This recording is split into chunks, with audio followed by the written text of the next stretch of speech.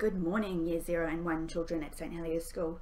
In this video I'm going to read to you another of my favourite Grandma McGarvey stories. It's just called Grandma McGarvey and it's written by Jenney Hessell and illustrated by Trevor Pye, and the publisher is Scholastic.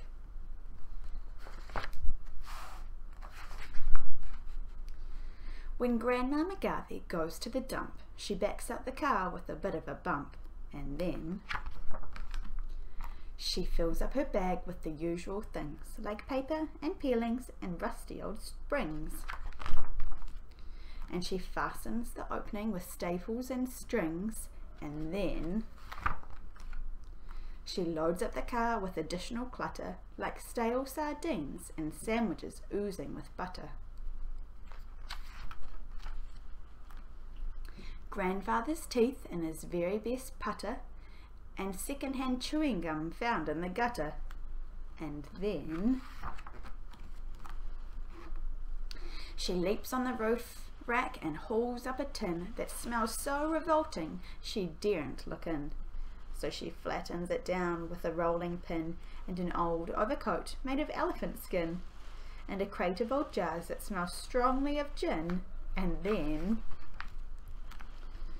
she runs to the trailer and lets down the side, and she heaves on the mattress that's rather too wide. And a picture of Lottie when she was a bride, and something disgusting the dog brought inside.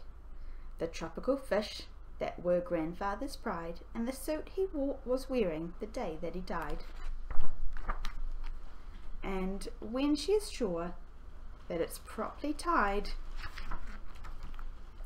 she's off.